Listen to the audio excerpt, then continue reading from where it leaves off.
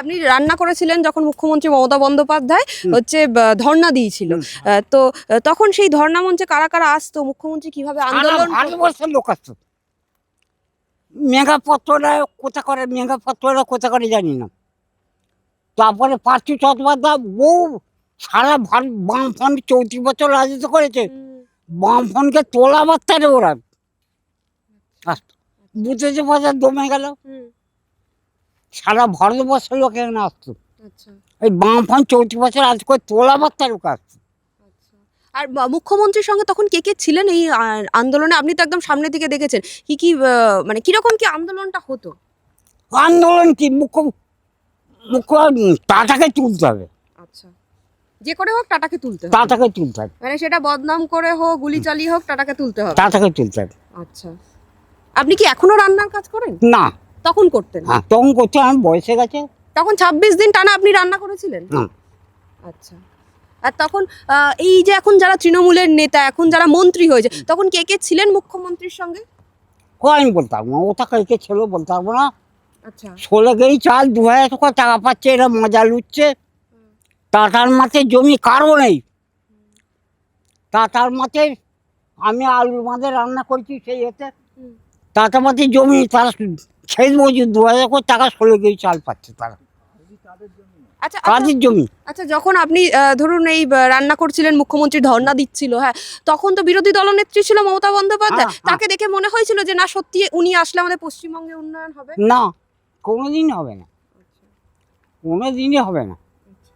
মুখ্যমন্ত্রী মমতা বন্দ্যোপাধ্যায় যা সর্বনাশ করে গেছে আমাদের এখানে, বিশাল ব্যাপার করে গেছে। যা হবে টাটা থাকলে এই শিক্ষিত ছেলে বেকার হতো না। বুঝেছে বাজার বলে গেল শিল্প চাই, কৃষি চাই, দুটো জিনিস চাই, শিল্প চাই, কৃষি চাই। কিন্তু হলো কি, কিচ্ছুই হলো না। এই জায়গাগুলো বন জঙ্গল হয়ে পড়ে কি অবস্থা হচ্ছে, এত জায়গা কি অবস্থা। আজ প্রধানমন্ত্রী আসছে বলে এই জায়গাটা পরিষ্কার হচ্ছে। ও, প্রধানমন্ত্রী আসছে বলে জায়গাটা পরিষ্কার হচ্ছে? প্রধানমন্ত্রী এই এত আসছে, বছর পর? এত বছর পর প্রধানমন্ত্রী আসছে বলে জায়গাটা পরিষ্কার হচ্ছে, নাহলে এই জায়গায় বন জঙ্গল, শোর আর শিয়াল।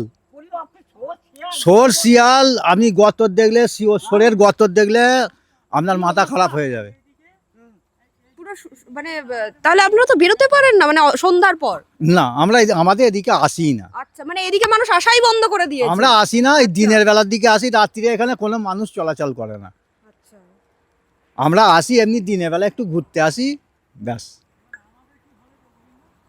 মানে পুরোপুরি নষ্ট হয়ে গেছে হ্যাঁ, জায়গাটা? জায়গাটা পুরো নষ্ট হয়ে গেছে। আচ্ছা, ফিরবে কি দিদি এটা বলতে পারবো না। আচ্ছা, ফিরবে কি বলতে পারবো না। হ্যাঁ। এবার জনগণ যদি করে, জনগণ যদি চায় তাহলে বামফ্রন্ট ফিরবে। হ্যাঁ। আচ্ছা, কিন্তু ফিরলে কি তাহলে ভালো হবে? মানে ভালো হবে মানে ভালো, এগুলো কি, এই যে জমি জায়গা এইসব অবস্থা কি না, এইগুলো হতো না। প্রধানমন্ত্রী আসছে বলে এই জায়গাগুলো সব ঠিক পরিষ্কার হচ্ছে, নাহলে হতো পরিষ্কার হচ্ছে, নাহলে এই বন পুরো বন হয়েই থাকতো।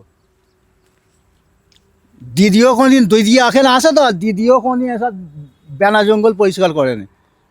হয়ে গেছে যা হয়ে গেছে। এই প্রধানমন্ত্রী আসছে বলে এই জায়গাগুলো পরিষ্কার হচ্ছে, নাহলে এই জায়গা কোনোদিন পরিষ্কার হতো না। বুঝতেছি পারছে, যা করে গেল ভালোই করে গেল। এসব বন জঙ্গল হয়েছিল গো, এসব 1 ইঞ্চি করে সেই জল জমালা এগুলো। এটা এখন আপনারা দেখতে পাচ্ছেন তো, এখনো তো পুরো একদম জঙ্গল হয়ে রয়েছে। এখনো জঙ্গল আমরা তো ভেতরে নেমে মানে হাঁটতেই পারছি না, এক পা হাঁটাও যাবে না। খালি প্রধানমন্ত্রী আসছে বলেই। আর আমাদের সিঙ্গুর থানায় প্রধানমন্ত্রী এই প্রথম আসছে, অনেক প্রধানমন্ত্রী আছে তো, প্রধানমন্ত্রী এই প্রথম আসছে, এই সিঙ্গুর থানায় প্রথম আসছে প্রধানমন্ত্রী। এর আগে প্রধানমন্ত্রী আসে, মুখ্যমন্ত্রী প্রচুর হয়েছে, সিপিএম থেকে তৃণমূল থেকেই কি প্রচুর হয়েছে, মুখ্যমন্ত্রী প্রচুর হয়েছে। মুখ্যমন্ত্রী এই যে এত বছরে আসে, এদিকে এসে ফিরেও তাকায় না এই যে জমিগুলোর দিকে? সে দিদি বন্ধ করেছে, দিদি আবার কি করে তাকাবে এদিকে? দিদি বলছে সরষে চড়িয়ে চলে গেল, দিদি ওখানে সরষে ছইতে দিয়ে চলে গেল। বাপরে প্রচুর ব্যাপার। তাই হ্যাঁ এই ব্যাপার। দিদি হয়তো ওই পারের মাঠে সব সর্ষে ছড়িয়ে গেল, সরষে ছড়িয়ে গেলে যে চাষ হবে, হ্যাঁ, চাষ সরষে হবে। চাষ হবে, চাষ সেই সরষে- চাষ কি হচ্ছে? সর্ষে চাষ হচ্ছে। না, কিচ্ছু না। কারণ জমিটাই তো নষ্ট হয়ে গেছে চাষও চাষের নষ্ট। জন্য। হ্যাঁ ওই জমির নিচে আলু চাষ হবে কি, ওর ভেতরে এখনো যা রড আছে, হুম, ভেতরে যা রড দিয়ে ঢালাই যে টাটা যে করে গেলে যেসব রড, হ্যাঁ, সে রড এখনো ওই মধ্যিখানে ওইখানে প্রধানমন্ত্রী করছে তো, মঞ্চ করছে তো, হ্যাঁ। ওইখানে দেখবেন ওখানে কত রড পোতা আছে এখনো, রড কোনো লোকের পায়ে ফসল লাগছে, হবে না। আর সেই রডগুলো ওই টাটা করে ট্রাক্টরে করে মাটি ফেলে বোঝাচ্ছে রডগুলোকে। ডিনামাইট দিয়ে উড়িয়েও কিছু করা যায় না। না।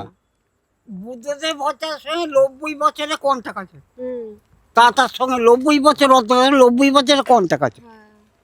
আর এমন পদার্থ দিয়ে গেছে, ফসল হবে না এখানে, ফসল হবে না। 90 বছরে কন্টাক্ট আছে। দিদি এইগুলো সব জমি, হ্যাঁ, হ্যাঁ, এইগুলো সব জমি, হ্যাঁ। চাষ হতো এইগুলোতে, এখানে চাষ হতো আলু থেকে ধান দিয়ে সব হতো এইগুলো, সব চাষ হতো। এখন এখন পুরো একদম জঙ্গল এখন হয়ে পুরো পড়ে গেছে। জঙ্গল হয়ে পড়ে আছে। পুরো জঙ্গল হয়ে পড়ে গেছে। কিন্তু এবারে ও আমার জমি কার জমি, তার আলি নেই, তার কে কি এবার মানে জমি মানুষ কার, বুঝতেই পারবে না কোন জমিটা কার, হ্যাঁ, কতটুকু কোনটা কার কার। জমি। 16 কেজি চাল 2000 টাকা পেয়ে যাচ্ছে, হ্যাঁ, মমতা বন্দ্যোপাধ্যায় দিয়ে যাচ্ছে 16 কেজি চাল 2000 টাকা।